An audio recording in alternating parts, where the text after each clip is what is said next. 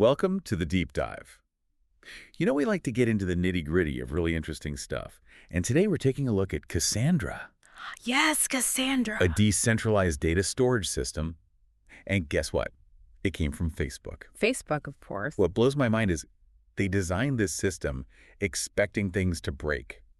Like, we're talking about a system to handle billions of messages, Yeah, millions of users, right. and just that constant possibility of a server just giving up the It's ghost. just dying. How do you even start to think about building something like that? That's what's so cool about Cassandra. It doesn't just put up with failure, it embraces it. Oh, wow. And the key to that is understanding, its origin story. Okay. Back in the late 2000s, Facebook had this problem. Okay. Their inbox search feature. They Huh. had over 100 million users at launch, and that number just exploded to over 250 million. Wow. Traditional databases, they Yeah. just couldn't handle that much information, and they especially couldn't handle servers just crashing all the time.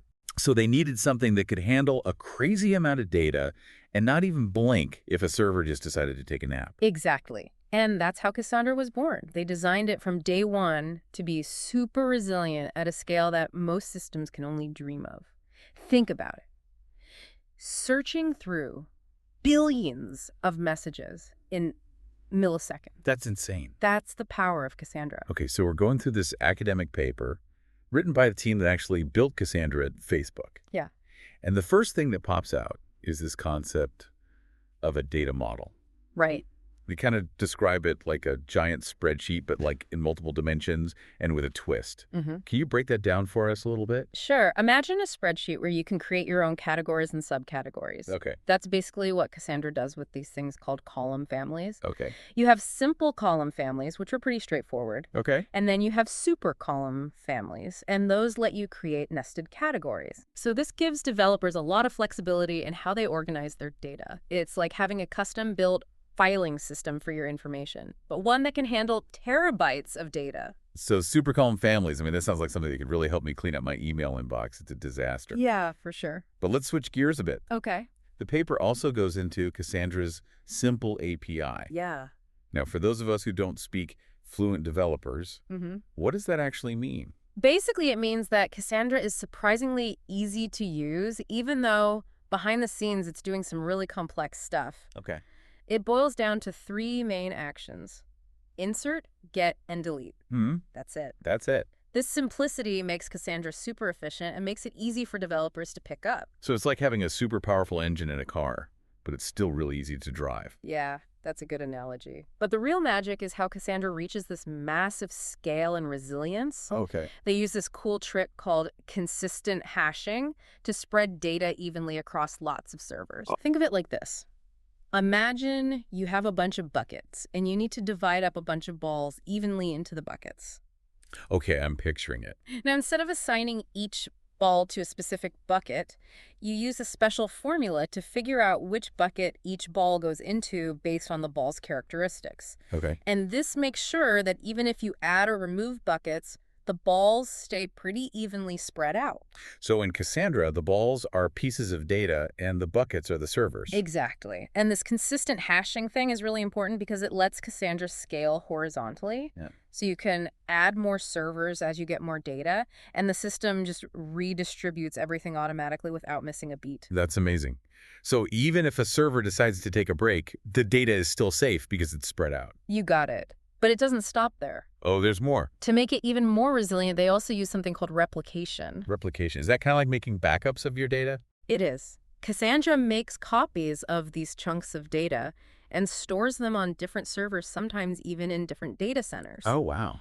And they even have different policies for replication. One's called rack aware, and it makes sure the copies are saved on different racks of servers within a data center. So even if a whole data center loses power, your data's Yeah. still safe because it's copied somewhere else. Exactly. They've thought of pretty much everything when it comes to making this a truly resilient system. That's awesome. But it's not just about having backups. It's also about the system knowing what's going on with all these different servers.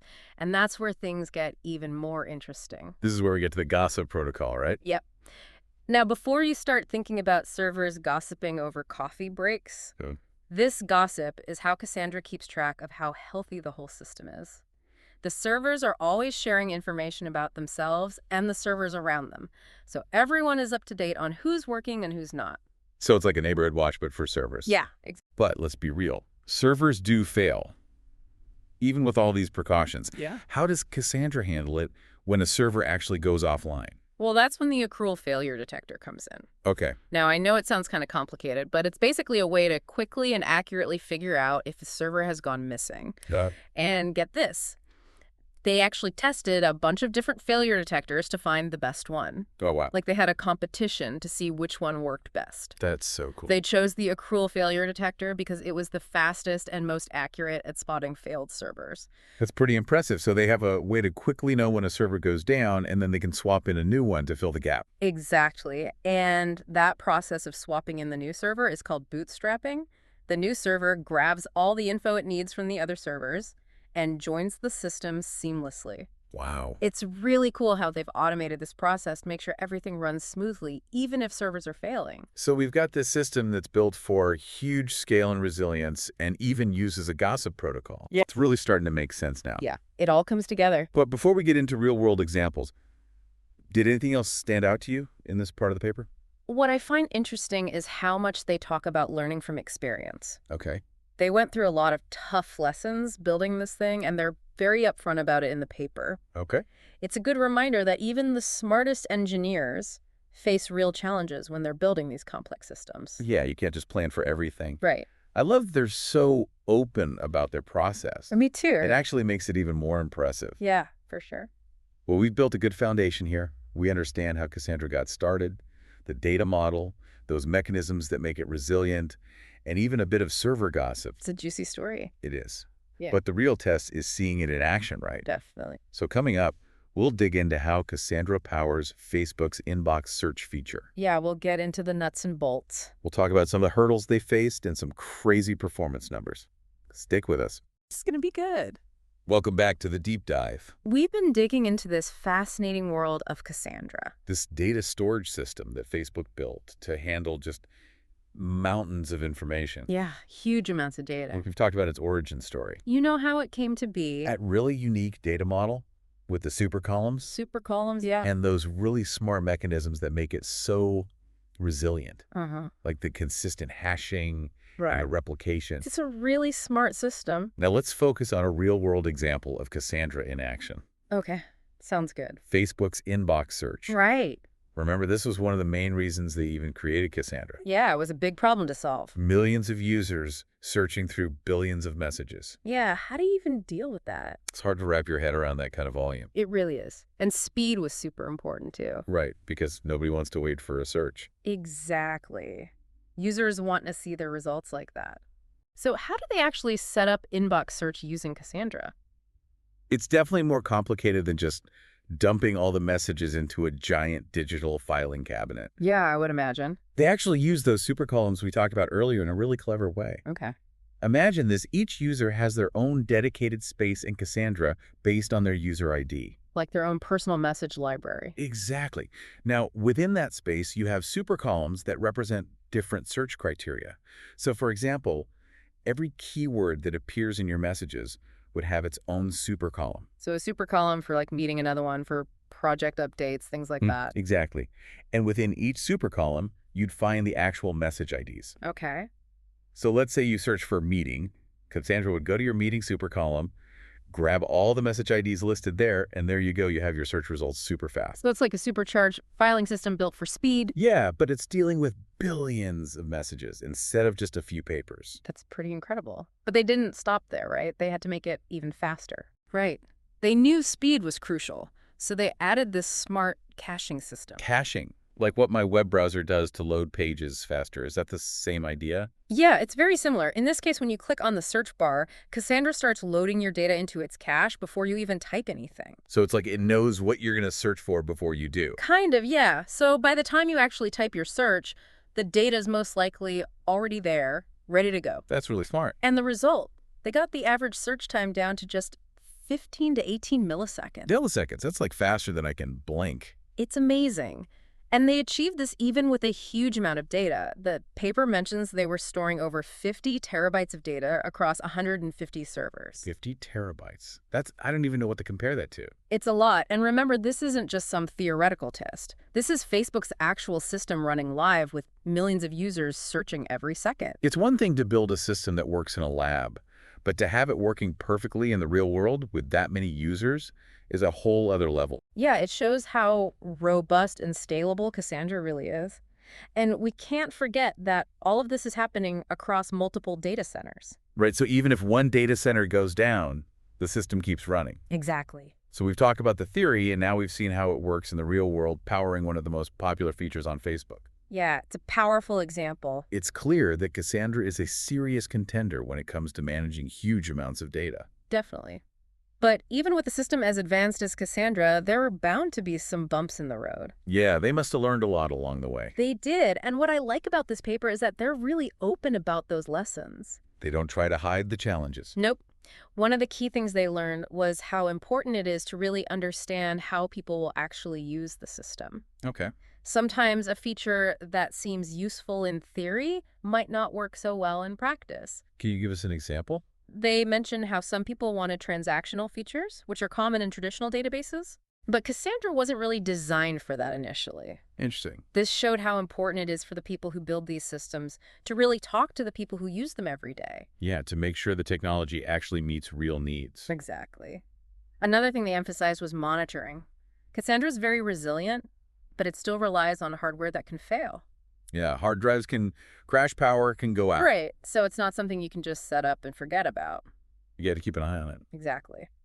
They talk about using a tool called Ganglia to constantly watch how the system's performing. So it's like having a team of mechanics checking the engine of a race car Yeah, always looking for any signs of trouble. to catch problems before they become big problems. Exactly.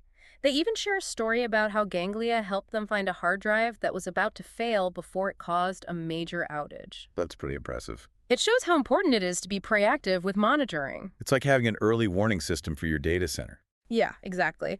But beyond just monitoring, they also talk about how Cassandra is always changing. Okay. It was originally designed for things like inbox search, Right. but now it's used for many different things within Facebook. So it's versatile. It can adapt. It can. It's a testament to the flexible design. It can grow and change as needed. Yeah. And this leads to a really important question. Okay. What's next for systems like Cassandra? What's the future of decentralized data storage? As we create more and more data, are systems like this going to become the new standard? Yeah, it seems like the need for these systems is only going to increase. That's a great question, and one that we'll dive into as we wrap up our look at Cassandra. Okay. We'll explore the challenges and opportunities that are ahead for this amazing technology. I'm really interested to hear your thoughts on what the future holds for Cassandra and the world of data storage. Me too. Stick with us for the final part of the deep dive. Welcome back to the deep dive. We're wrapping up our exploration of Cassandra, this super interesting data storage system that Facebook made because they needed things to be fast and could handle tons of information and could bounce back from problems really easily. We've covered a lot so far, from its unique way of organizing data to how it just shrugs off failures. Yeah, it's been a wild ride, and we've seen how it powers Facebook's inbox search, going through billions of messages crazy fast. But what really stands out to me is how open the people who created Cassandra are about the things they learned along the way. It shows that even the most advanced systems are always changing and getting better. For sure. They don't try to hide the hard parts, and I think that's what makes this deep dive so cool. It's not just about the successes, but about understanding the real challenges of building and running these massive systems. So as we finish up, I'm curious to hear what you think about the big picture. Where do you see these decentralized data storage systems like Cassandra going in the future? Well, we're living in a world where data is just exploding. Every click, every little thing we do online creates more data, and it's not slowing down. So we're going to need systems that can handle all this data and do it quickly and reliably. Makes sense. It's not enough to just store the data we need to be able to understand it too, Yes. right? And I think that's where decentralization comes in. Systems like Cassandra, which are naturally resilient and can grow horizontally, are in a good spot to meet those needs. But it's not just about being decentralized for the sake of it. We need to find the right balance between having a distributed system and having some smart coordination. Like how Cassandra uses Zookeeper, right? Yeah. Manage certain tasks across the whole system. Exactly. It's like an orchestra. Yeah. Each musician plays their instrument, but you need a conductor to make sure everyone's in sync. And we can't forget about the human side of things either.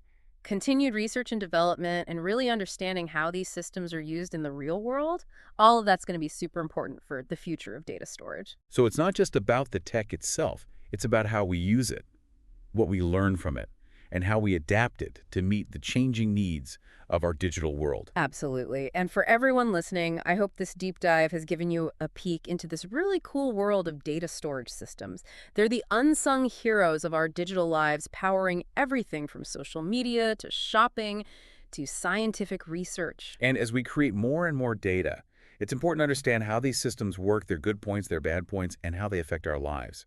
So the next time you send a text or search for something online or buy something new, just take a second to think about all that data moving around behind the scenes, powered by systems like Cassandra. Maybe this deep dive has even sparked an interest to learn more about this whole world of data. There's a lot out there to explore. Well, until next time, keep exploring, keep learning, and keep diving deep.